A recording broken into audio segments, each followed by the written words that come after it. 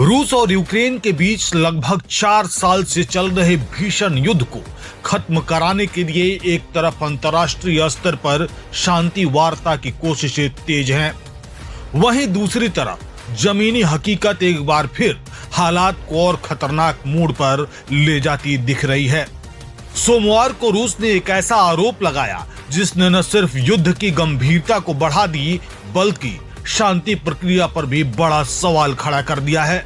रूस के विदेश मंत्री सरगेई लावरोव ने दावा किया है कि यूक्रेन ने राष्ट्रपति व्लादिमीर पुतिन के आधिकारिक आवास को निशाना बनाते हुए 91 ड्रोन से ताबड़तोड़ हमला किया। लावरोव के मुताबिक यह हमला रूस के नोगोरेड क्षेत्र में स्थित राष्ट्रपति के आधिकारिक निवास पर किया गया और यह घटना 28 और 29 दिसंबर की दरमियानी रात की बताई जा रही है। रूस का कहना है कि यह हमला लंबी दूरी के ड्रोन के जरिए अंजाम दिया गया, जिसे पहले से तैनात रूसी एयर डिफेंस सिस्टम ने समय रहते नाकाम कर दिया। रूसी पक्ष के अनुसार सभी ड्रोन को हवा में ही मार गिराया गया और किसी बड़े नुकसान की खबर नहीं है।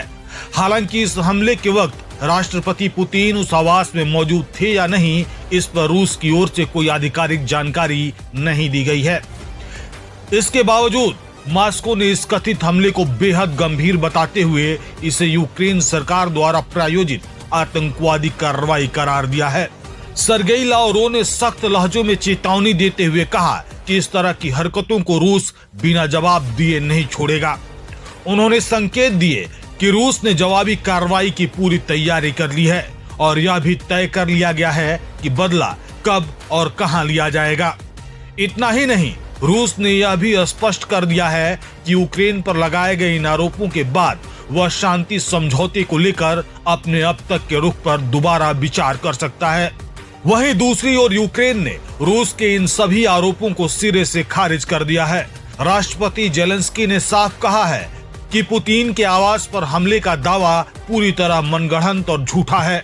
जेलेंस्की ने कहा कि यूक्रेन का पुतिन के किसी भी निजी या आधिकारिक आवास को निशाना बनाने का कोई इरादा नहीं है। अब इस पूरे घटनाक्रम ने एक बार फिर यह साफ कर दिया है कि रूस यूक्रेन युद्ध सिर्फ सैन्य मोर्चे पर ही नहीं बल्कि कूटनीतिक और सूचना युद्ध के स्तर पर भी बेहद खतरनाक चरण में पहुंच चुका है।